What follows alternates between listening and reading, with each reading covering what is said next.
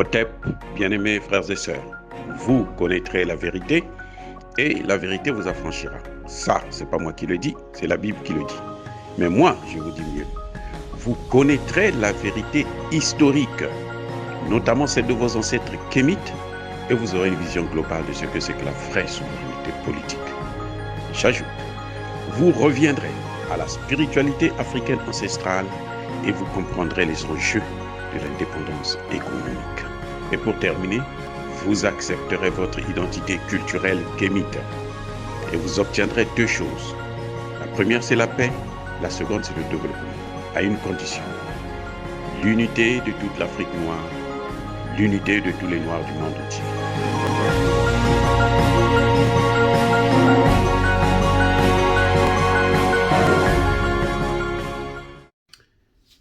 Otep à tous, bienvenue sur la chaîne des panafricanistes par essence, par conviction et par excellence. Celle des citoyens kémites par nécessité et obligation de combat.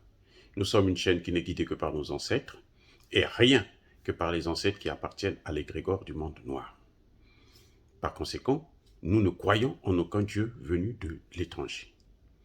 Toutefois, il nous appartient de préciser ce qui suit. Cette vidéo n'est aucunement destinée à inciter à la violence ou à la haine. Nous menons un combat politique, géopolitique et géostratégique contre l'impérialisme, le colonialisme, le néocolonialisme et l'endocoloniat. Il s'agit pour nous d'apporter notre modeste contribution à ce noble combat pour la souveraineté, la dignité et l'unité de l'Afrique. Et ça, c'est le panafricanisme. Ceci dit, aujourd'hui, je ne vais pas parler. En tout cas, je ne vais pas parler. Je vais vous faire écouter un expert en économie africain, Yves Ekwe Amaïzo. C'est lui que nous allons écouter. C'est lui qu'il vous explique de façon simple et claire les conséquences des sanctions contre le Mali. Il dit exactement ce que nous avons besoin d'entendre. Ce que Choguel et Assimi Goïta veulent et doivent entendre. Il explique la situation. Alors, c'est une petite vidéo de quelques minutes, 5-6 minutes par là, et tout est clair, limpide. Il y a vraiment no comment. Donc, je vais vous laisser l'écouter, et puis, cette fois-ci, je ne pense pas que je vais faire un commentaire. Peut-être ajouter un mot comme ça, mais je ne ferai pas de commentaire. Parce que c'est trop beau. C'est pour ça que j'ai choisi de vous faire écouter ça. J'ai pris ça sur les réseaux sociaux, et puis bon, vous allez écouter, vous allez vous-même apprécier. Amaïzo, bonjour. Bonjour madame. Vous êtes économiste spécialisé en stratégie et directeur de Afro-Centricity, un groupe de réflexion et d'action. Le gouvernement malien a annoncé la semaine dernière qu'il n'a pas été en mesure de s'acquitter des sommes dues fin janvier sur le marché financier sous-régional. Quelles sont les conséquences à court et moyen terme pour le Mali? Alors c'est une question très intéressante. Alors à court terme, tout de suite pour vous répondre, il faut d'abord préciser des choses. Le Mali est dans une zone économique monétaire qu'on appelle la zone franc. Très bien. Ça veut dire que sa banque centrale, la Banque du Mali, doit déposer une partie de son argent auprès de la Banque centrale, qui se trouve à Dakar, Banque centrale des États de l'Afrique de l'Ouest. Et cette Banque centrale elle-même gère cette monnaie, franc CFA, et paradoxalement, beaucoup de gens ne le savent pas, mais quand on doit convertir le franc CFA dans une devise, l'euro, le yuan, le dollar, nous avons besoin de l'autorisation du Trésor français. L'esclavage. C'est très important à comprendre parce que c'est ça qui va expliquer la réponse à vos questions à court et à moyen long terme. De ce fait, l'argent du Mali est déposé auprès de cette banque centrale et cet argent, d'après nous, nos calculs, en tout cas ce qui a été mis à disposition, le Mali ne devait pas avoir de problème sur 6 à 8 mois à peu près de réserve internationale. D'autant plus que les autorités ont elles-mêmes expliqué qu'elles ont les liquidités nécessaires pour s'acquitter de ces dettes. Très juste, absolument juste, c'est ce que je vous dis. C'est-à-dire que moi, dans nos calculs à nous, on avait 6 à 8 mois sans problème pour le Mali, sans compter, il y a d'autres réserves qui auraient pu permettre de rallonger la période. Donc, cet argent appartient au Mali. Il faut être très précis dessus. Donc, si le Mali, aujourd'hui, ne peut pas payer à court terme, dont je viens sur votre question, ce n'est pas un problème malien. C'est un problème de la Banque centrale, qui a refusé, en fait, de laisser l'argent du Mali sortir pour aller payer les différentes prêtes, que ce soit des crédits, que ce soit des choses que le Mali doit payer. Oui, argent retenu par la Banque centrale en application aux sanctions de la CEDEAO et de l'UEMOA. Absolument. Alors maintenant, vous avez dit un deuxième élément, quand vous dites en application des sanctions, là on a un problème. Parce qu'il n'est prévu nulle part, je dis bien, de faire une obstruction, notamment dans les cas d'urgence comme ça. C'est pour ça que le Mali d'ailleurs dit que c'est illégal. Bon, à partir de ce moment, c'est vrai, vous avez des conséquences. Le Mali donc ne pourra pas honorer tel ou tel engagement. Mais attention, l'argent appartient bien au Mali. Et donc, si la Banque centrale insiste, je vous dis que c'est illégal, donc il faudrait faire un procès. On se demande d'ailleurs devant quelle justice, puisque la Cour de justice de la CEDEAO, puisque tout est suspendu, est-ce que le Mali peut même aller devant cette Cour? Parce que ce n'est pas Monsieur Amaïso, pardon, permettez-moi de vous interrompre, mais est-ce qu'on peut très clairement savoir à court terme qu'est-ce que cela implique pour le Mali, ce refus de déblocage des fonds qui lui appartiennent? Voilà, si les fonds appartiennent au Mali, comme je vous ai expliqué, et que vous l'avez bloqué, le Mali a deux possibilités. Vous expliquez à un autre partenaire que la France, puisque le fond, c'est ça le problème, hein, vous expliquez à un autre partenaire que vous avez de l'argent en dépôt qui vous appartient à court terme qui est bloqué. Si le partenaire étranger a eu un autre que la France vous fait confiance, ben, il vous fait un crédit, tout simplement. Donc, de ce point de vue, il faut dire les choses clairement. Le Mali peut être surpris, mais ça m'étonnerait. Vous essayez de me faire dire qu'elle va subir tel ou tel effet. C'est vrai, mais on subit les effets si on ne fait rien. Le Mali ne va pas dormir.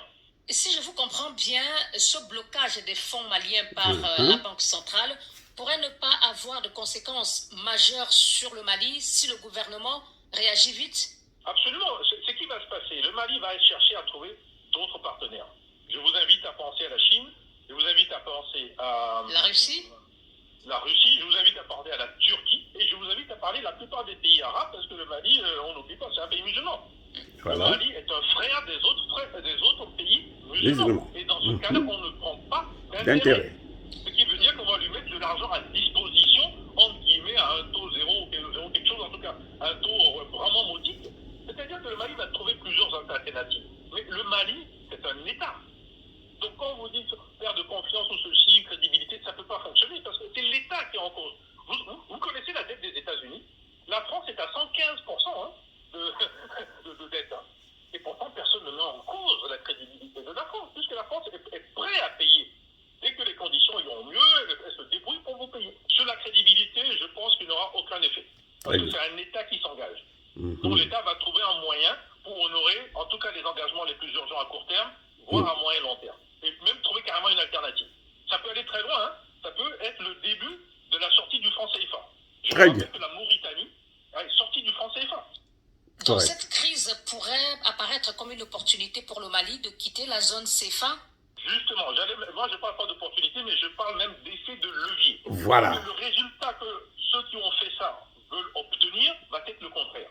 Voilà. Va être le contraire. On n'est pas dans la situation ivoirienne avec M. Gbagbo qui n'avait pas anticipé. On n'est pas dans la situation ivoirienne où M. Gbagbo n'avait pas signé d'accord ni avec la Russie, ni avec l'Afrique du Sud, qui lui donnait une aide militaire à l'époque. Nous sommes dans une nouvelle situation où le Mali a anticipé ce que fait la France. Et il a donc des accords militaires avec la Russie, des accords militaires avec d'autres pays. C'est ce qui lui permet. Comment voulez-vous savoir si quelqu'un rentre dans votre territoire si vous n'avez pas des satellites adaptés pour le savoir? Voilà. C'est pas le Mali qui a ses satellites, donc c'est bien quelqu'un d'autre qui l'aide. Et ça ne se fait pas gratuitement, ça veut dire que le Mali a engagé sa crédibilité, on revient sur votre nom, pour cela. Bien sûr, ça peut se monnayer, il y aura tel ou tel aspect que le Mali devra payer, des mines ou autres, mais écoutez, la France ne fait pas mieux et d'autres pays ne font pas mieux. On est dans la politique, hein, donc c'est donnant-donnant. En somme, vous dites, M. Amaïzo, que le Mali a plusieurs plans B. Je dis que le Mali a le plan B, le plan Oui. C et le plan D. Très bien. Yves Ekwe Amaïzo, merci beaucoup. Bien-aimés frères et sœurs, notre frère Yves Ekwe a été clair. No comment, il n'y a plus rien à dire. En revanche, je veux revenir sur un petit élément qu'il a soulevé qui est très important, que beaucoup de gens ignorent et qui a des conséquences terribles dans nos pays. Je vous ai déjà dit à plusieurs reprises que le franc CFA, c'est une monnaie nazie, parce que le général de Gaulle a copié le modèle que Hitler avait mis en place entre l'Allemagne et la France lorsque Hitler avait occupé la France. Il y a quelque chose de très important qu'il venait de dire. Quand nous voulons échanger notre monnaie pour avoir des devises étrangères, parce que c'est la France qui garde nos devises, nous devrons avoir l'autorisation de la France. Écoutez. Mais cette autorisation-là, qu'est-ce que ça veut dire? Ça veut dire si le Mali aujourd'hui décide de s'acheter par exemple des armes pour combattre le terrorisme, il va acheter ça en Russie. Il a l'obligation, parce qu'il veut changer le CFA en monnaie, en rouble, mais il a l'obligation d'avoir l'accord de la France. Si le Cameroun décide d'avoir une usine de transformation, par exemple, de son bois sur place, ça doit coûter beaucoup d'argent, il va acheter ça au Canada, il a besoin donc du dollar canadien.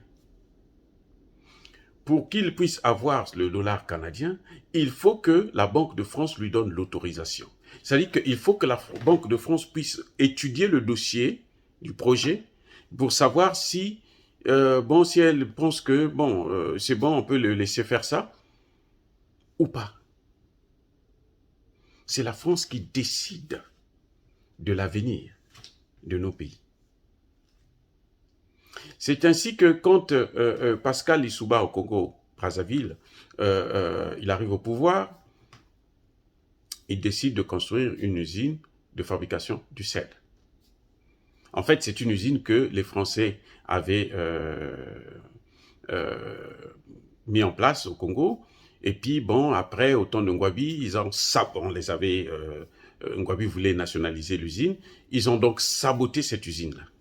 Maintenant, Lissouba veut que les Canadiens puissent remettre les choses en marche, puissent faire des rénovations, et puis on utilise cette usine qui devrait employer plus de 3000 personnes.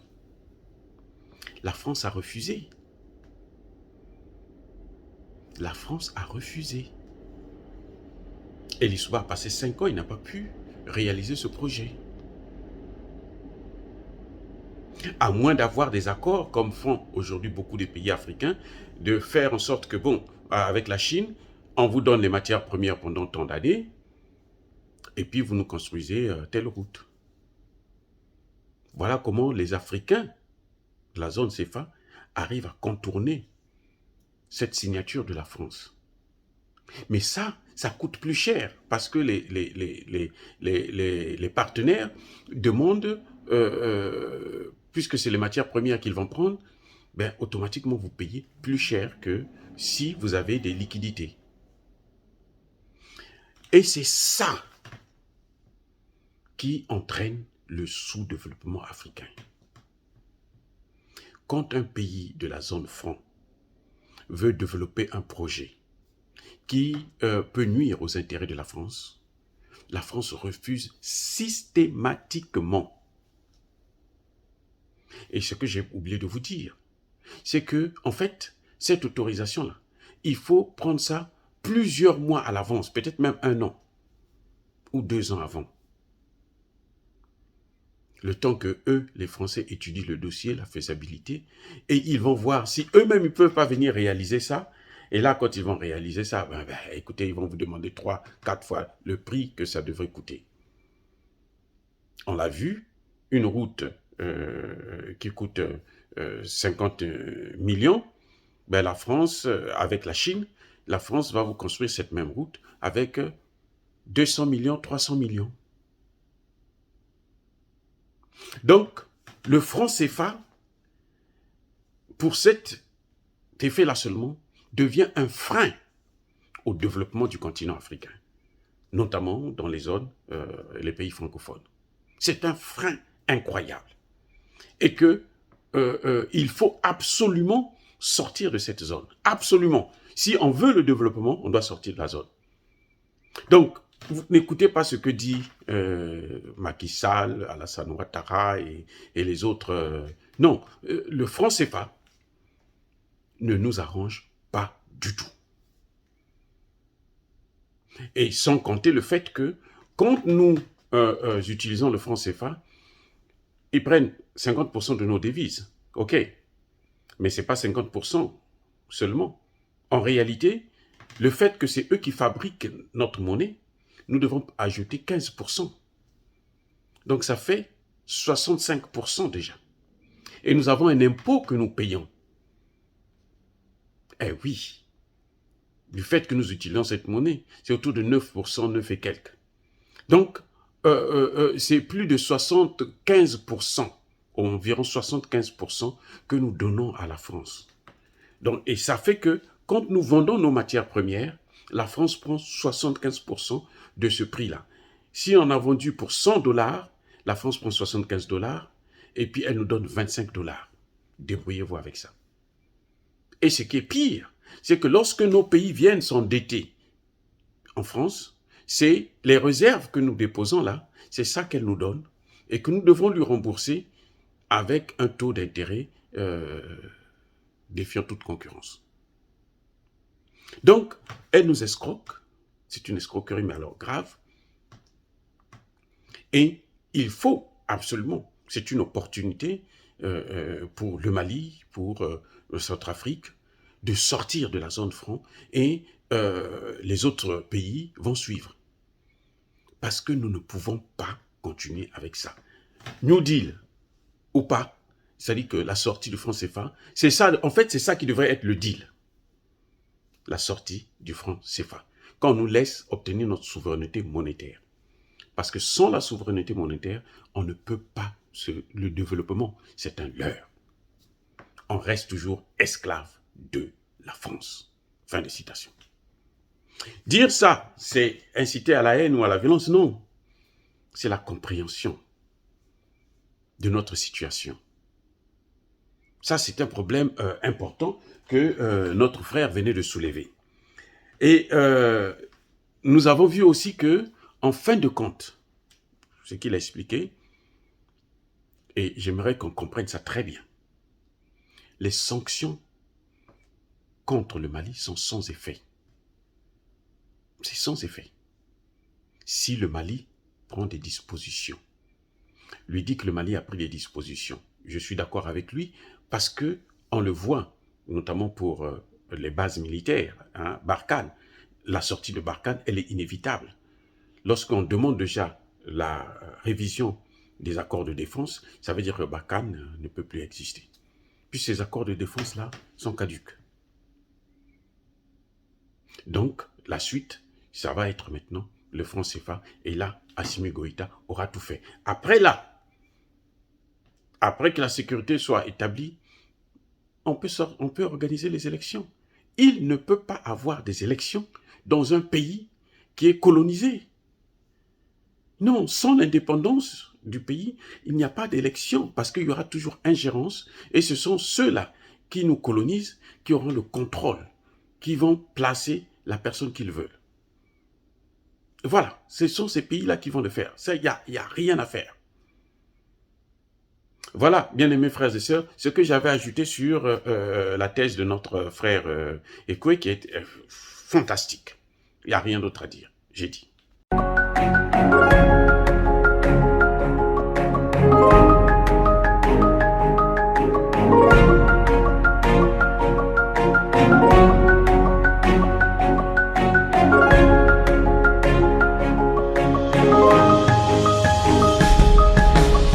Eux, ils marchent par la foi et non par la vue. Mais moi, je vous conseille vivement de marcher par la connaissance scientifique et historique, notamment celle de nos ancêtres kémites, par les 5 sens et par l'intelligence. Hotep, vive l'Afrique éternelle et que Dieu vous bénisse. Abou Apia.